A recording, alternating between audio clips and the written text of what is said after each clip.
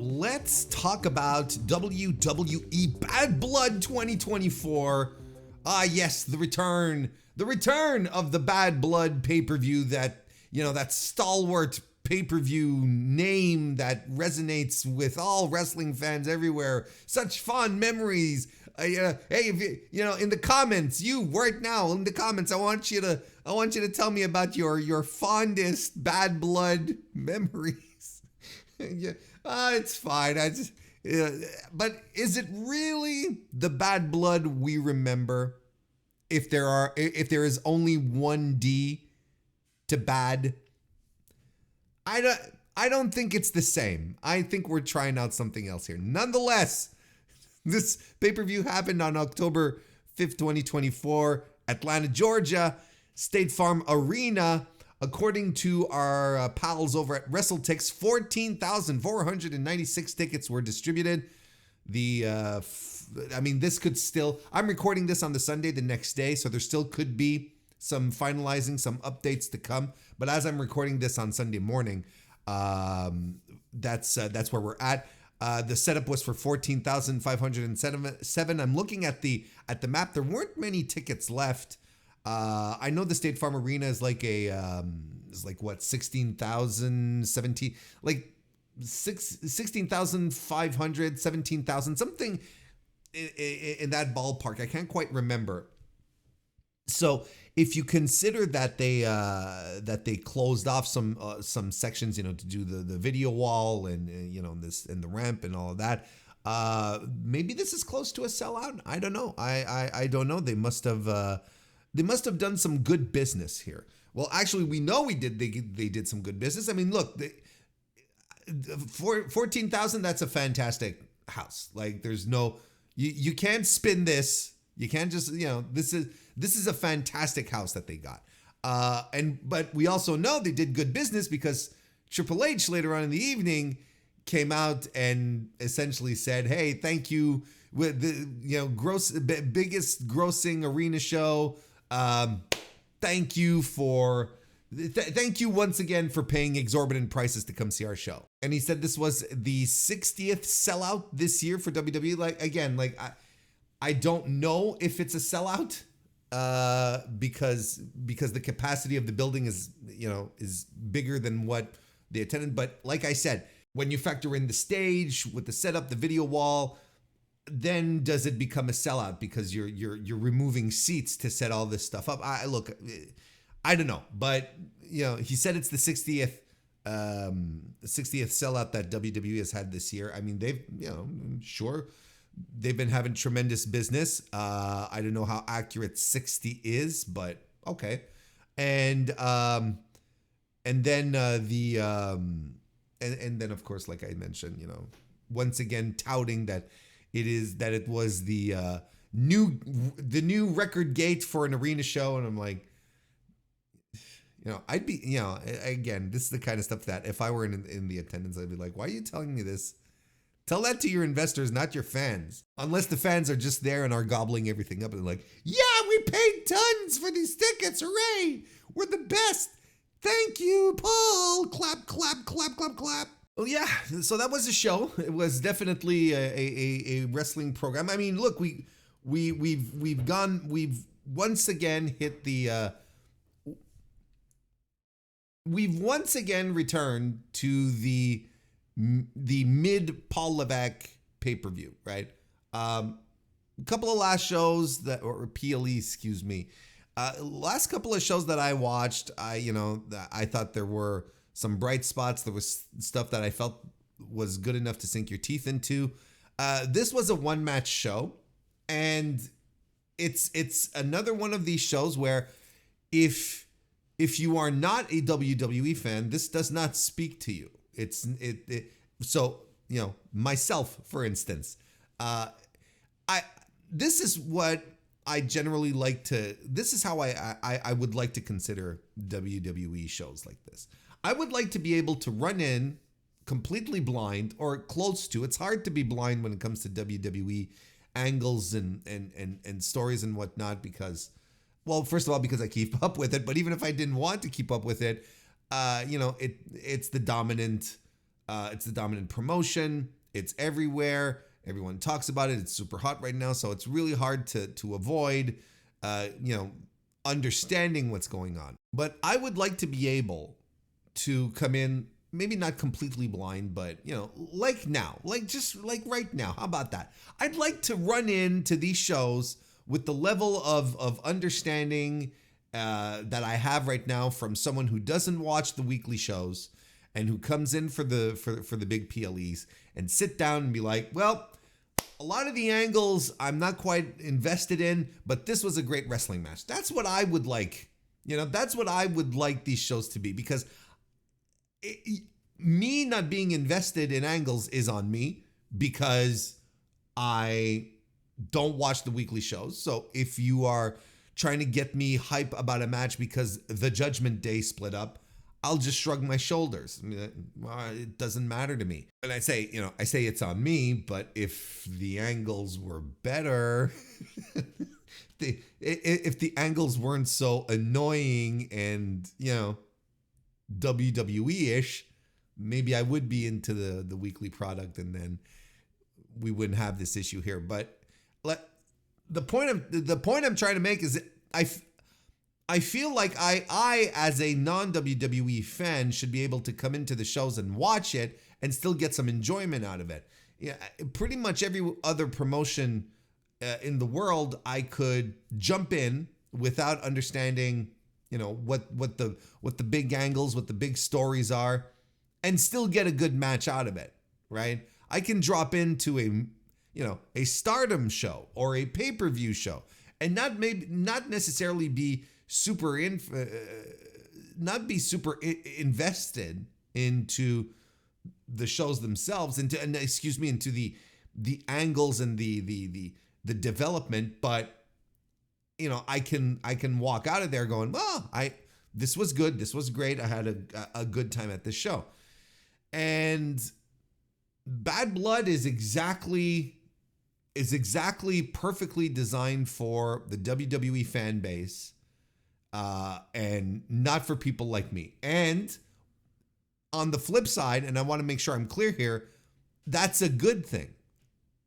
Like, why would WWE design their pay-per-views for someone like me who doesn't watch the weekly stuff, who is not into it? Like, they're better off, right? I mean, not even better off. Like, it's just purely logical that they do their shows for the millions of fans that they have out there right now.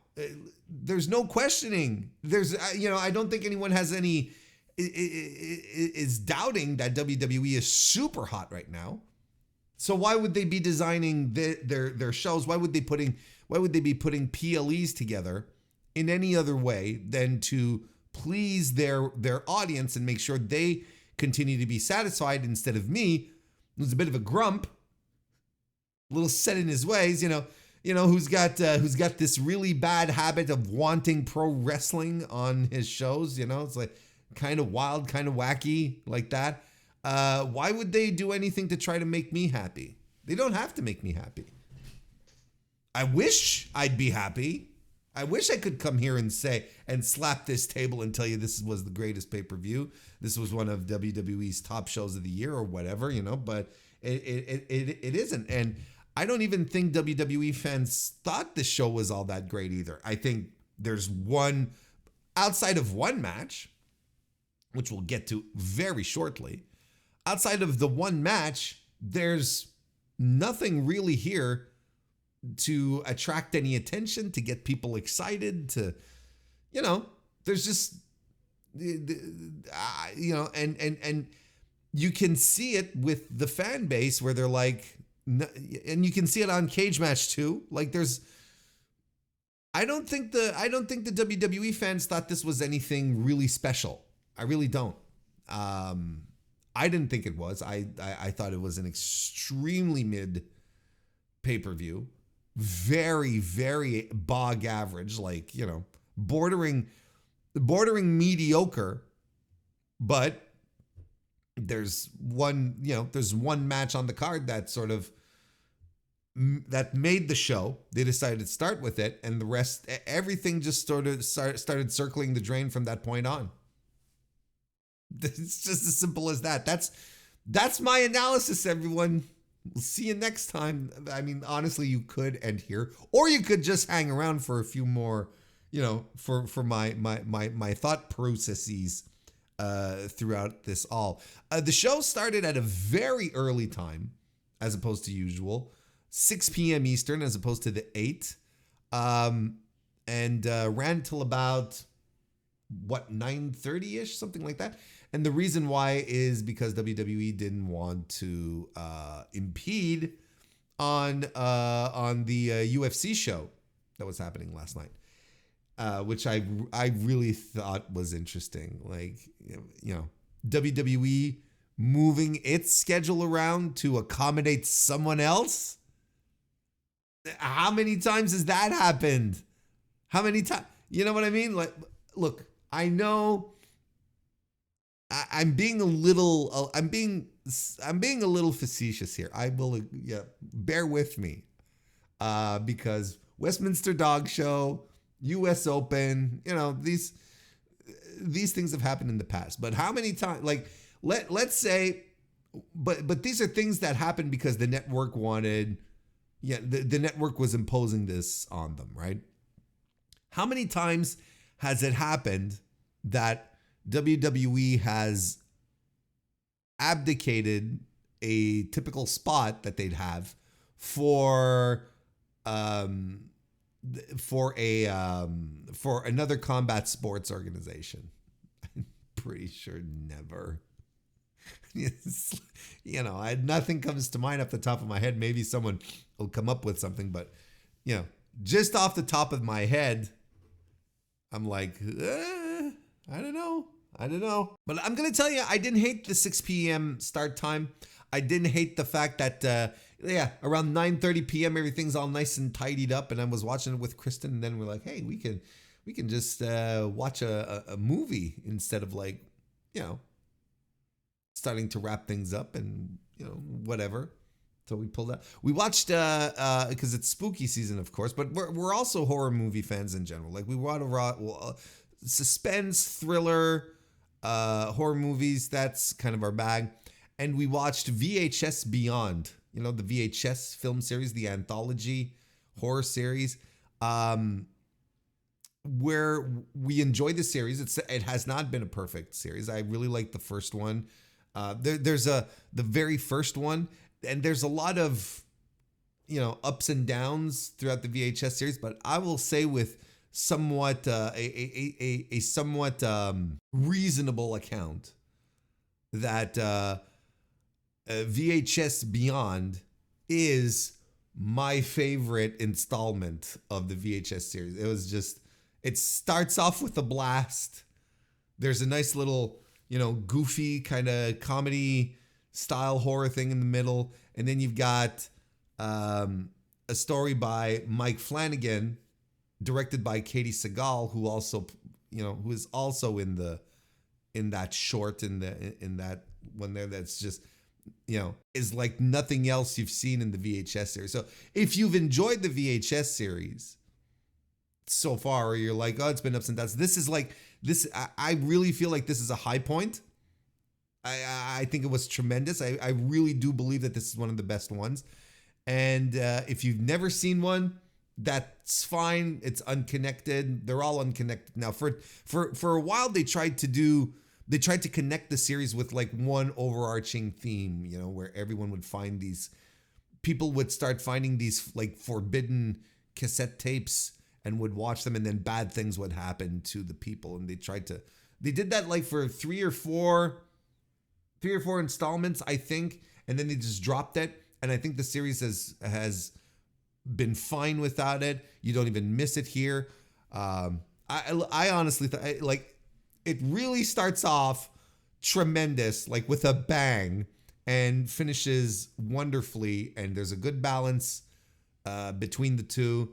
It was really you're looking for a nice little spooky movie, not elevated horror, not something that where the ghost is the ghost, or the creature is a metaphor for that person's fear of heights or whatever the fuck, or the issues that they had with their father growing up. It's nothing like that. It's not like that. It's good. It's good, and it's well done enough to not be so that you're not. This is extremely cheesy, but there's a bit of that too. Anyway, this is not a horror movie review thing, but I recommend it. I think you should give it a watch. Why don't we get into this show here? Why don't we go ahead and do that? Kit, I don't understand what was the thing, because honestly, I was baking cookies. Okay, I was baking cookies. I was making oatmeal chocolate chip cookies. By the way, turned out fantastic. Thank you for asking. And when my final batch was coming out as the pay-per-view was starting, and I was like, it's not a big deal, the show starts at 6, but the actual wrestling won't start until like 6:15. It's like, whatever, it doesn't matter, because we're gonna go through their big presentation and then the entrances and whatever, all the nonsense they do.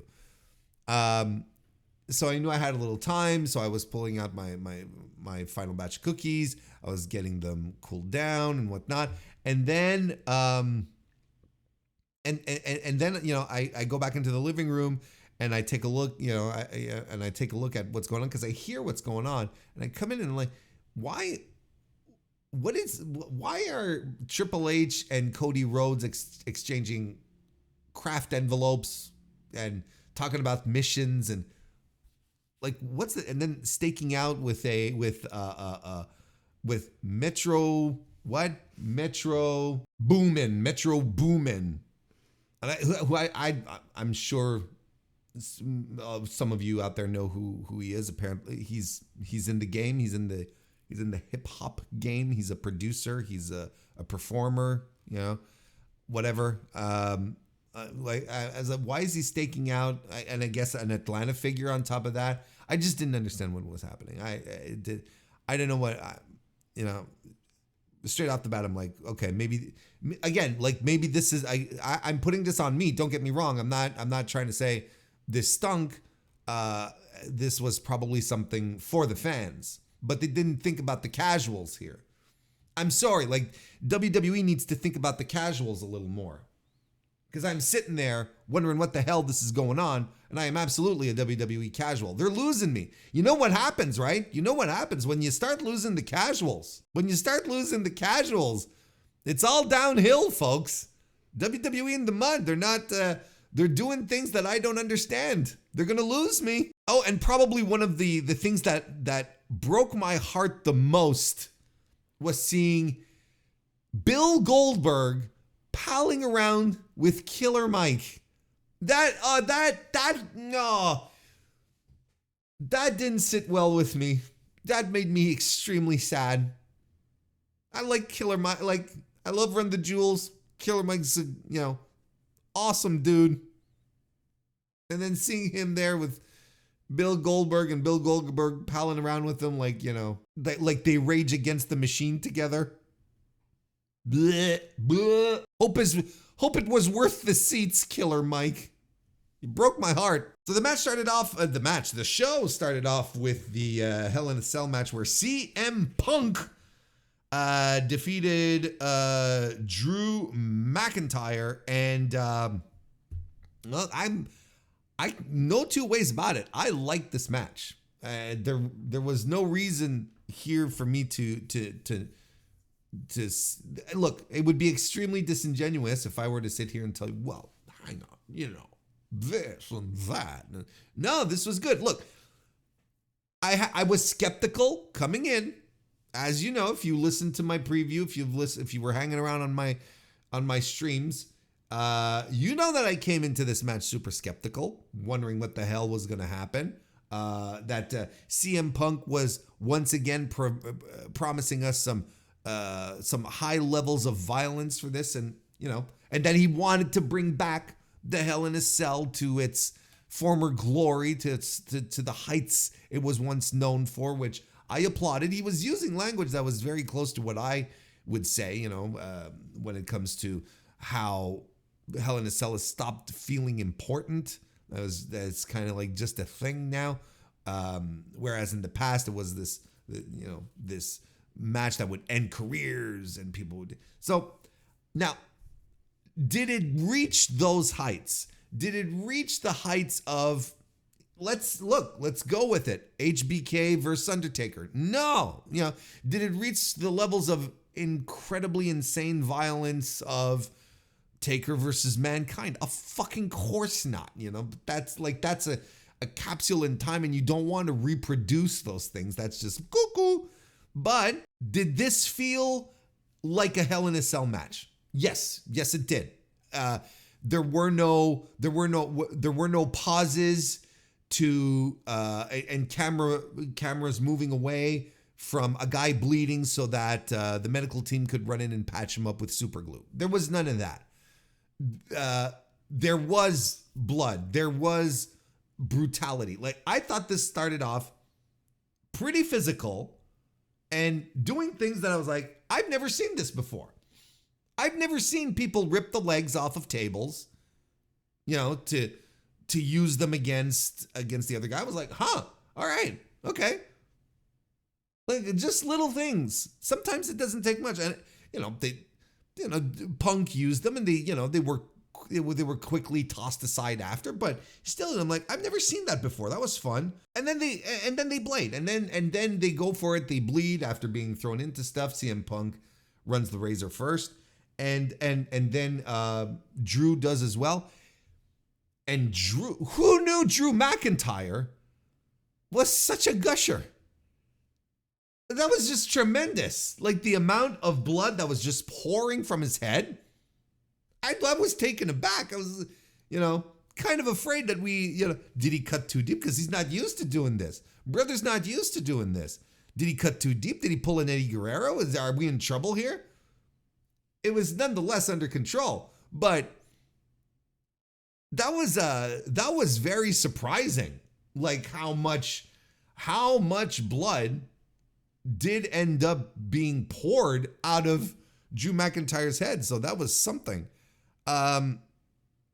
They trade some moves, a sharpshooter by CM Punk, because nothing says Hell in a Cell like a finisher, like a submission move, I should say. Suplex by Drew McIntyre off the apron, through a table on the floor, which was a tremendous spot. Just a great spot.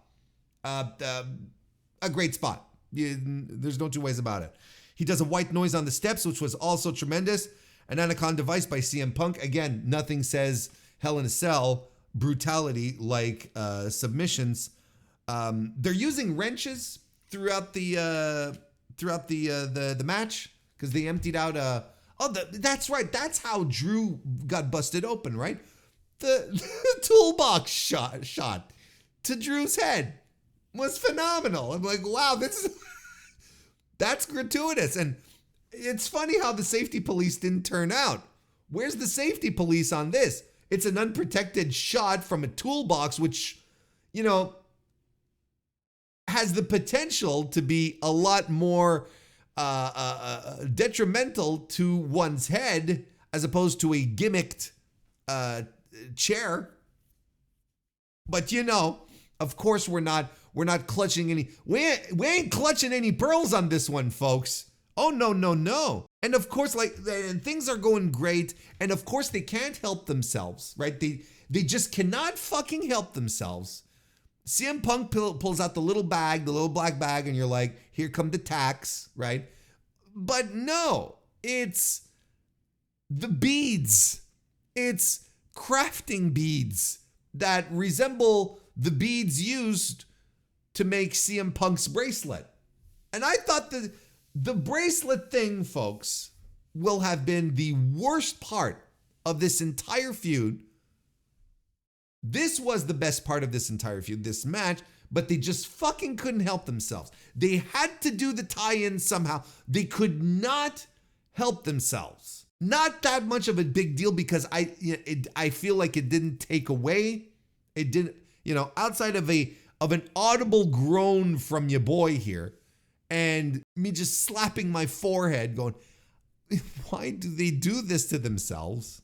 Why do they have to do such corny, asinine bullshit in something which is clearly violent, that was designed that way? And CM Punk stuffs the beads into Drew's mouth and then wraps some chain around his knee and GTS's him, because he tried a couple of times with GTS's and it didn't work out. Look, I thought this match was phenomenal, and I thought both guys worked really well.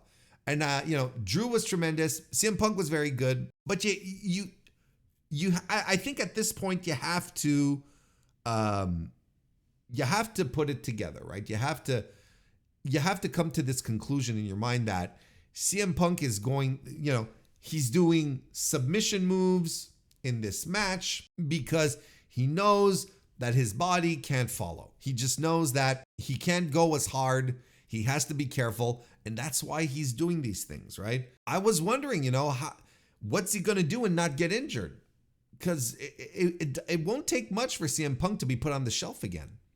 So I thought this was smartly worked, and he did take a couple of pretty impressive bumps here, don't get me wrong. Like, it's not as if everything was soft as a feather here and Phil was in bubble wrap. But you could tell that, a lot of these spots were just designed for him to not go crazy with his overall physique, his physicality, excuse me. I thought this was very good. I'm giving this 4 stars, more than very good. I thought this was tremendous. I thought this was a great Hell in the Cell. Now, is it, like I said, is it one of the greatest? Well, no. Well, hang on. There have been, look, here's the thing is that, everyone always remembers the same Hell in the Cells, but there have been so many Hell in the Cell matches that were just completely meaningless that, yeah, probably, we're probably going to remember this one because it was a return to form. Now, if WWE wants to build off of this and make the Hell in the Cells truly like violent, vile, bloody affairs moving on, then I think maybe the legacy of this match will end up being more important than the match itself. So 4 stars for me. I mean, right now on the cage match, it is rated 228 votes on the Sunday morning, of course, at a 9.40 out of 10. Let's take a look at cage match. Let's see what kind of company it's holding right now at 9.40. What other matches are scored in that vicinity? Right now, it would be the 163rd best match of all time. The company it's keeping is with a Hiroshi Tanahashi Kazuchika Okada match from the G1 Climax 2018. We have Manami Toyota versus Mima Shimoda, which is an absolutely phenomenal match. We've got a Hiroshi Hase Masahiro Chono match in this environment as well. A Ric Flair versus Ricky Steamboat match, from a house show. Like, that's the company that right now, an El Generico Kevin Steen match, the Fight Without Honor, actually, now that I'm digging a little deeper here. A CM Punk, no, that's rated a little higher. Misawa versus Akiyama from all the way back in 2000. I mean, I don't think it's as good as those. I really don't. Like, I don't think it's as close, but okay. I mean, we're going a little overboard here, if you ask me. But you do you, WWE fans. But this was like 31 minutes, and when I was getting things ready, I was like, 31 minutes. It didn't feel like 31. It really didn't. I don't have.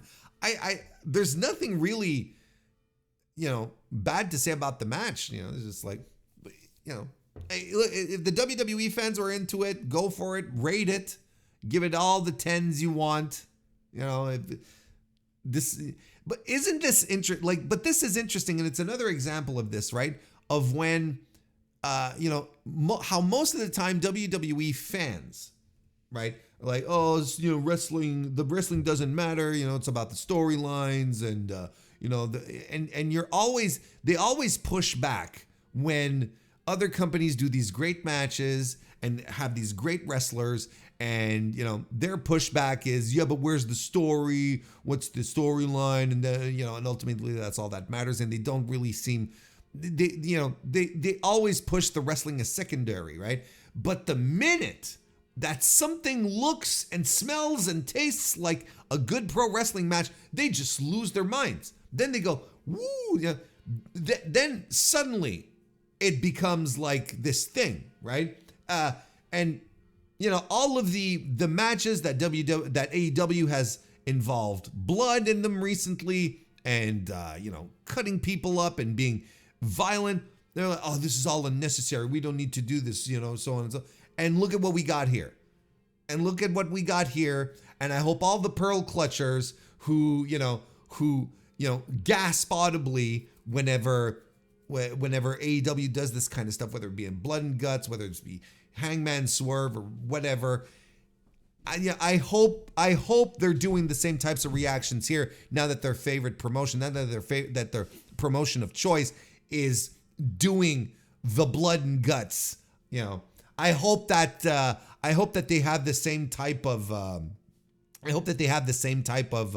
of reaction and condemnation of what's going on. Anyway, now unfortunately, the rest of this card just starts dropping, right? From this point on, we don't even remotely reach the highs that we got in this opening match. Oh, they were doing skits up in a VIP lounge, and they're putting over the people who are there. Oh, Diamond Dallas Page is here. Oh, and Mickey James. Oh, and Pete Rosenberg. What? Okay. Do you want people to think that it's cool? You just say, Pete Rosenberg's here. It's like, okay. All right, then. Bayley Boyd versus Nia Jax was next. In fact, Nia Jax defeated Bayley to retain the WWE Women's Championship. This was an extremely standard, run-of-the-mill Nia Jax match. I know, which was basically a rematch from SummerSlam, right? Didn't they do this at SummerSlam? And here's the thing, like outside, okay. Let's start. I'm trying to say too many things at once. Start with the match analysis. I will give Nia Jax this. All right. It looks like she dropped some weight, and I think she's more mobile than she used to be.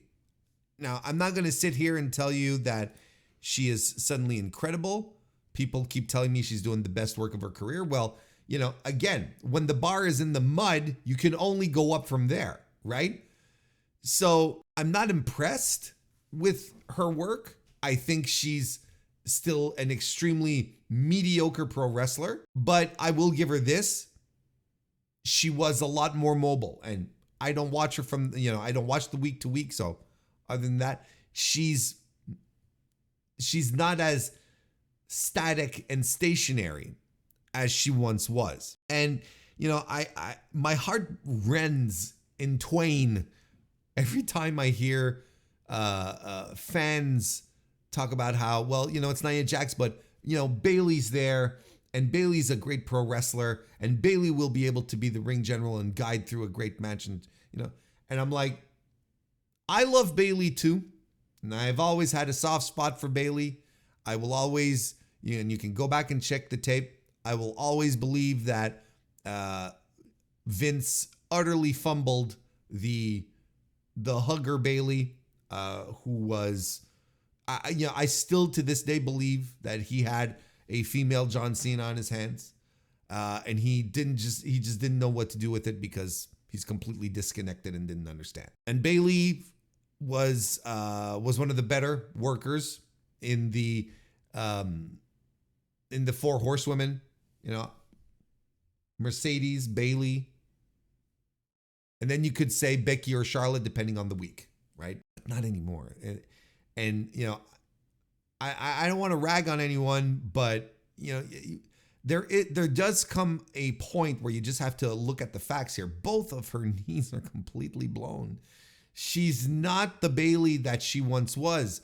And I know we hang on to this nostalgia where it's like where you remember these people in their best days and how they made you feel, and you're like, well, they will continue to make me feel. You know, they will be as good as I remember, but no. And Bailey can only do so much, especially against Nia Jax. It's not. I don't think this was a particularly good match. I gave it 2 3/4 star. You know, Nia and besides, like, everyone was waiting for Tiffany Stratton to run in, like that, right? Like, I found the crowd was pretty dead for the match, except for a couple of spots, like the one spot. I think I think Bailey did a Samoan drop or something on Nia, where you're like, yeah, that's pretty impressive. Don't get me wrong. But everyone was just waiting for Tiffany Stratton to run in, and then when she did, she runs in before the match is over. Now, is this a new thing? Like, this is a stupid thing to do. This is dumb, right? Like, why would you do that? Why would you want to turn this into a 3-way match? Just wait till the match is done. Like, get them completely off guard. Like, I don't understand the psychology of it. It doesn't make sense. You're making it harder for yourself to cash in your stupid thing. And I'm here wondering about what's the best way to do cash-ins. Well, I am sick of the cash-in gimmick, so what am I even doing here? But everyone's waiting for Tiffany to come in, and she does. And when she does, it's while Nia Jax, while the Nia Jax is like woozy, doesn't quite see what's going on, and the referee had a bump, right? A ref bump, which added to the imbecility of Tiffany Stratton running in. Like, why would you run in now? First of all, because you'll be making this a 3-way, and second of all, because the ref is out. Like, I'm like, this is dumb. Like, this makes no sense. It makes Tiffany Stratton look like a goober. And she's about to do the cash in. The ref gets back up to their feet, and Stratton's about to cash in, and Nia Jax does the Undertaker sit up, and Tiffany Stratton says, "Oh no, I wasn't going to cash in," because they're friends, you know. Nia Jax just has to go back and watch the tape. Like, what are we doing here? Like, let's not be morons. Let's not be imbeciles here. Anyway, she doesn't cash in, is the point. Despite all these shenanigans, and Nia wins with the bonsai drop, and we can all move on with our lives. I don't know, 2 3/4 stars, just a mediocre match and nonsense. Damian Priest versus Finn Balor. This is I think this is supposed to be one of these big. This is supposed to be one of these big buildups, because the Judgment Day blew apart, and. You know, and Damian Priest, wasn't this the deal here? Is that he's finally getting his hands one-on-one with Finn or something? That it doesn't matter, because I'm not into it. I don't understand. Like, I don't understand the intricacies of this feud. So it's, you know, it's fine. And again, this is another match where everyone's just waiting for the Judgment Day to run in and do the nonsense. You know, you don't get invested in the match until that happens. And honestly, listen, and I wrote it here in my notes. I thought it was very interesting how these two guys were getting in there, having a nice little strike fest of a match, right? They were, you know, striking each other. But it's funny, no one's offense looked impactful. Nothing looked like it was actually causing damage, that it was substantial. They were just landing things. It's as if they were sparring, going through motions. You know, they're landing their moves and everything, but nothing feels dangerous. Does that make sense? I thought it was very curious. Anyway, the Judgment Day eventually do all get involved, but hey, Damian Priest, valiant babyface, you know, fights them all off and gets the win. Why couldn't they have booked Damian Priest like this while he was champion? Why couldn't he have won it like this instead of, you know, doing a sneaky cash-in thing? I think that would have done marvels for him. Would have made him, like, I'm looking at him, you know, getting rid of all of his former friends who are all like, you know, just a bunch of mid-carders, right? Like, think about who's left in the stable, right? You got Finn Balor.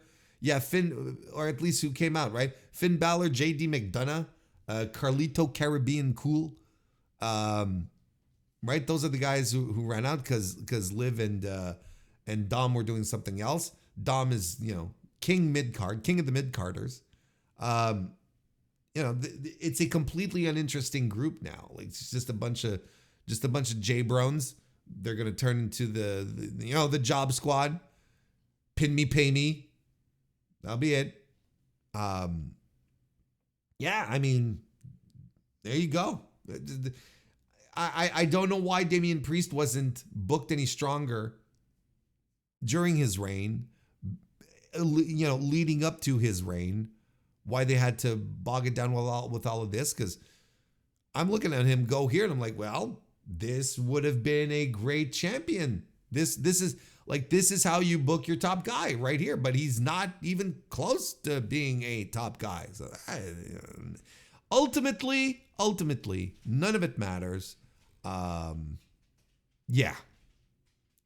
Forgot to mention before this match, they showed X-Pac, Tully Blanchard, and Arn Anderson out there in the crowd.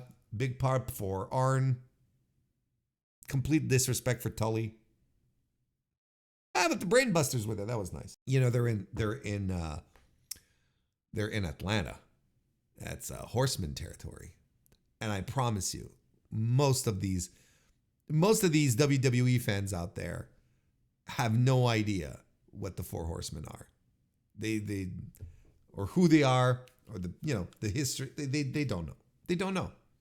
They'll pretend they know, but they don't know. That's why I think it's funny about these.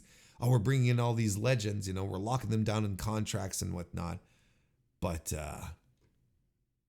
you know, no one knows who these people are anymore. It's like that ship is past. And I talked about it this week on one of the streams. Like this ship is past, where you have people who are truly tuned into the history of pro wrestling. They'll just know. They know Arn Anderson because of AEW, because he was doing the thing with Cody for a while. That's how they know him. They have no idea who Tully Blanchard is. And Tully Blanchard should be getting bigger pops in Atlanta. Anyway, this was the big Triple H announcement where he came in to congratulate everyone for spending tons of money. What did he put the attendance at? Oh, he did give the attendance 16,092, right? I forgot to that. I should have known. Failure on my part. I should have mentioned that from the start. We'll see how that concords with the WrestleTix update. Kind of, it feels a little weird to me for the same reasons I talked about, because of the stage setup. They have to take away some seats. But anyway, they said it was a sellout, so you know, that's fine. Good for them. But you can, it's WWE. Well, it's a wrestling promotion. You can almost expect the numbers to not be exactly spot on like that. Yeah, and then he being Triple H starts putting over Crown Jewel, and it's the beginning of a new era. He says they're going to do an annual event at Crown Jewel where the WWE Champion and the WWE World Champion for both men and women will be fighting each other in two different matches, of course. to win the 2024 Crown Jewel champion. I'm like, what? And then he unveils the belt. Now, look, I don't really get excited about contemporary belt designs. It's very hard for me to get into it. I don't particularly think this one is great. But you know, I was like, wow, that's a big belt, and I appreciate really big wrestling titles. Like, I think that's a good thing. Kind of reminded me of the Gift of the Gods title. Like, just when I saw it like that, you know, the Gift of the Gods title from Lucha Underground, right? And he said he's got 50 carats of diamonds. God damn, Paul. Wow. Did you pay for it, or did the prince did? You remember, you know, back when they started their relationship, you remember how the prince wanted his, you know, he wanted Undertaker to be there, and he was asking for Ultimate Warrior, you know. Warrior's dead, you know. And then they started that one time saying that, I don't know if it was Crown Jewel specifically, but it was one of the Saudi shows where they said, where it was being hyped as bigger, or at least as big as WrestleMania. Wasn't that the tagline? Which I was like, that's just the stupidest, corniest thing, you know? That's because, you know, the Saudis want this show to be the crown jewel. They want this show to be the most important show on the calendar year because of all the money that they're pumping into this. They're, you know, they want the biggest show of the year for WWE to be there. And that's just not going to happen. You know, WrestleMania, you know, because WrestleMania is WWE's biggest show of the year. It's wrestling's biggest show of the year. It may go to Saudi Arabia one year, but it's not going to be like, there's nothing on the WWE calendar that will feel as big or as spectacular as WrestleMania. And I don't even think WWE wants that. But, you know, the Saudis always kind of wanted the biggest, the best. They you know, they wanted to feel like they were getting something special and that it was only them that was going to get it, right? And I feel like probably these discussions started up again, not with Vince being gone and whatnot. And like, well, look, you know, you remember they did the greatest Royal Rumble and they gave Braun Strongman a title, right? That green belt. We've never seen it again, right? It just completely fell off the earth. This might be the same type of situation. We're going to start doing this annually, you know, and this will crown the 2024 Crown Jewel champion.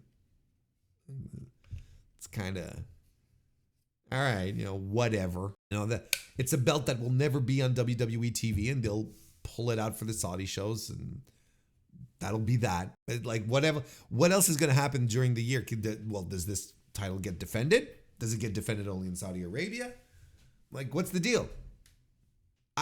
This is clearly something this is clearly something in the same vein of the Saudis asking WWE to make their shows feel special, to put things happening there that cannot be seen anywhere else. And this is like, okay, well, we'll do this. Yeah, this will never be mentioned on TV. Like, who cares?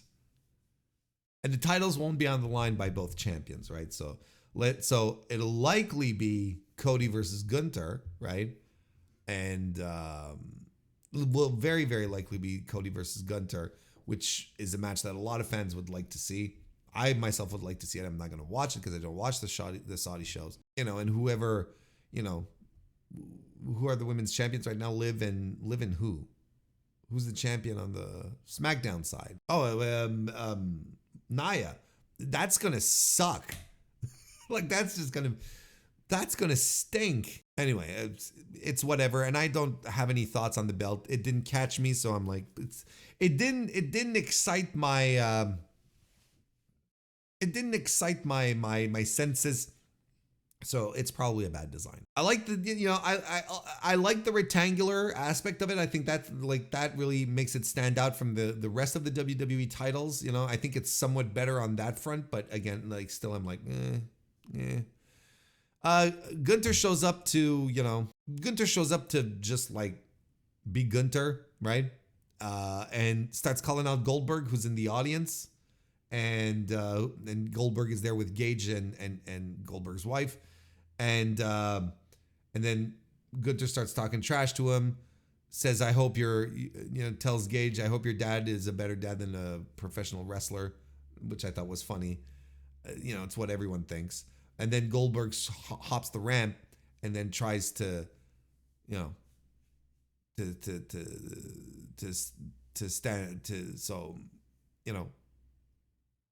tries to come after Gunther is what I'm trying to say. And then security arrives, and are they building to Gunther versus Goldberg? God almighty save us. I have no interest in this, but y'all know why. Bill Goldberg coming back for one more match. There were over the past couple of months, he'd been very vocal about, not having a retirement match, not having a retirement tour, and he tried to put it on himself with a promoter in Israel, right? And, of course, that turned out to be, a big bowl of hooey. And, and you could tell he was a little bitter that WWE never gave him the send-off he felt like he deserved. I have nothing. I have no interest in a Goldberg retirement for a guy who was, unquestionably a draw for the era. There's things you just can't take away from him. This is a guy who has always disliked the business. He has never given back to the business. He has only taken and taken and taken, and has never created or built or given anything back. This is a guy who always has put himself forward first, and everyone else could go disappear. And on top of that, he's washed. When you're washed, when you weren't even really good to start with, and you're washed now. What are we doing? It's junk. It's junk. Goldberg is junk. And the point being that I was originally making is that he's been very quiet about people not giving him a final farewell. So maybe this is what we're building up to, right? He saw Sting, and he's grumbling, and he's like, how come he gets that? I was like, well, it's fucking Sting. And you're just Goldberg. Anyway, Diamond Dallas Page, Mickie James, and Scott Steiner are in the front row.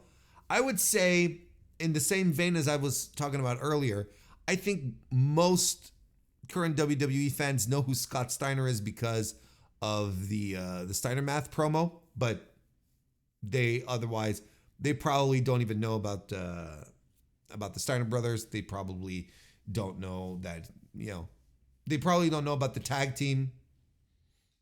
They just know, they know him with the chainmail on his head. Probably some know who Mickie James is because she showed up at the Royal Rumble. So maybe they're at the very least familiar. They don't know who Diamond Dallas Page is. They don't know who DDP is. They just don't. They don't. Oh, he's the guy who was stalking Undertaker's wife. Yeah, there you go. For some reason, Chelsea Green shows up in the VIP room and everyone thinks she smells. And I'm like, what the fuck is this? And then, she was in a dumpster match last night. Motherfucker, she didn't wash? She didn't take a shower? What are we doing here? This is not... Yeah, it's not for me. It's dumb.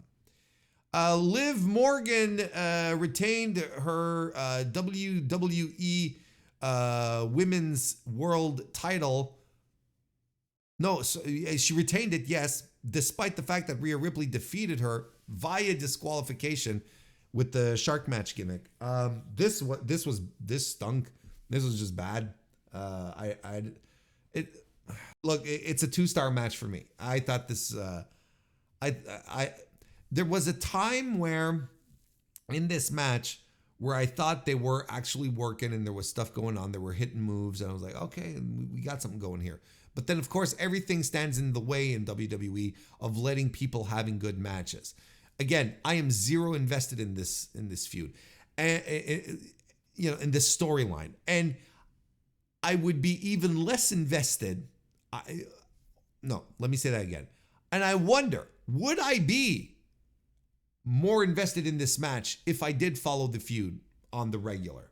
Because I feel this whole feud is nonsense. I feel the whole thing is kind of like trash.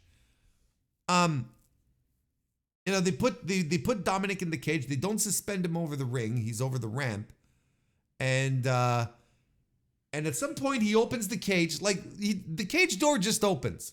I'm like, how? How did he open it? Oh, did he learn this? Did he learn this trick while he was in prison? It's like, no. That actually doesn't make sense. Maybe he learned it before going to prison, but anyway. And then Dominic falls out of the cage, but he's suspended by a thing. Like there's like a cable, a rope, something latched around his ankle that he's tangled up in that made him fall out of the cage. That I don't know if it made him fall out of the cage, but he fell out of the cage and he was suspended then from the cage. Anyway, you all saw it. And I was like, what is this? This is dumb. Isn't this just dumb? And people clapping, Dominic. But it's dumb.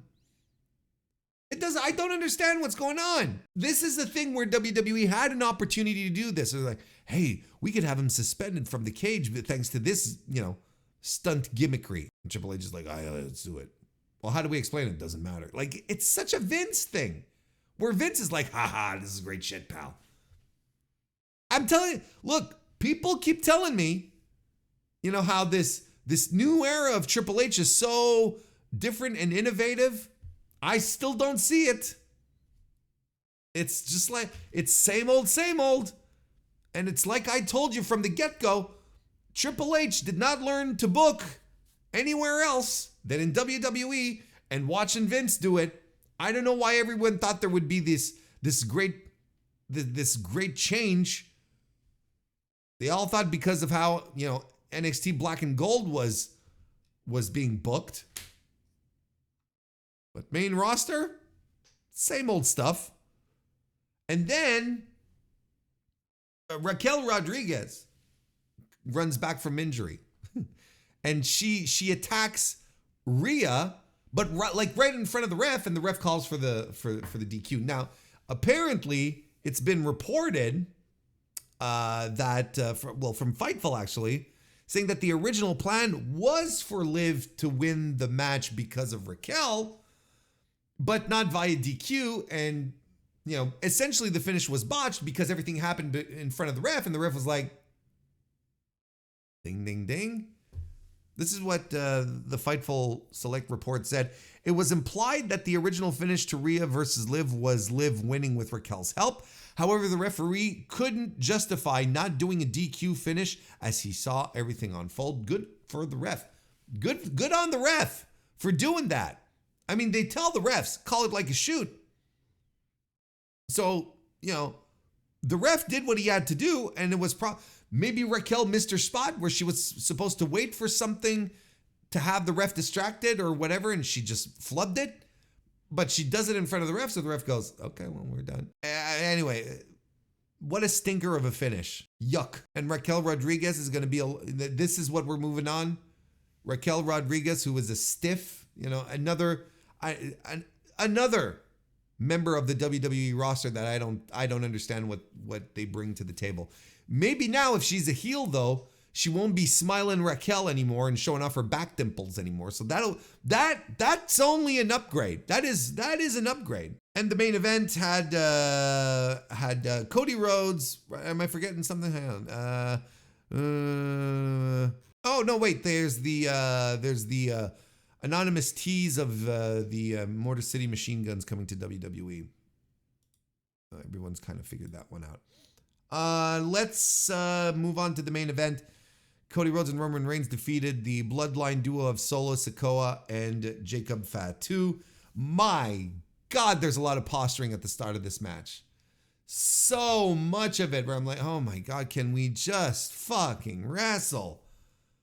It takes so long. And Roman Reigns is babyface in peril for the first part of this match. Cody gets the hot tag that is ended with a Jacob Fatu landing a Samoan drop. And they get another control segment on Cody, who becomes the babyface in peril. And we get nerve holds, folks. We get nerve holds. That's the thing that modern day wrestling was lacking, has been lacking. Nerve holds. Finally, a hot tag by Roman Reigns. There's a barricade spot, take a shot. Cody and Fatu fight on the floor. Big splash from Cody off the ring post through the commentary table onto Fatu, which was a tremendous spot. That was really cool. But anyway, again, this is another match where you're just waiting for the interference to happen, and it does. Guerrillas of Destiny run in, but then Jimmy Uso shows up in a hoodie and hiding his face to attack the Tongans, and people pop, and then Roman spears Solo and gets the win, and Jimmy and Roman hug. And remember Cody Rhodes? Yeah, he's in this match too. He's in the corner watching all of this happen. And there's a bit of a stare down, and Cody and Jimmy leave. And then the Bloodline attack Cody. And then Roman has a crisis of conscience. And then he decides to go help Cody along with Jimmy, who kind of egged him on, I guess. The bitter enemies still stand tall against a common enemy, I guess. And and I'm looking at all this and I'm like, man, and it's just the truth here. You can warp this any which way. Roman just feels like a bigger deal than Cody. Cody feels little broed in this type of situation, and this was all about Roman. This angle was all about Roman. Didn't have much to do with Cody doing, trying to get some measure of revenge. Like, there's nothing here. There's nothing. It's just Roman.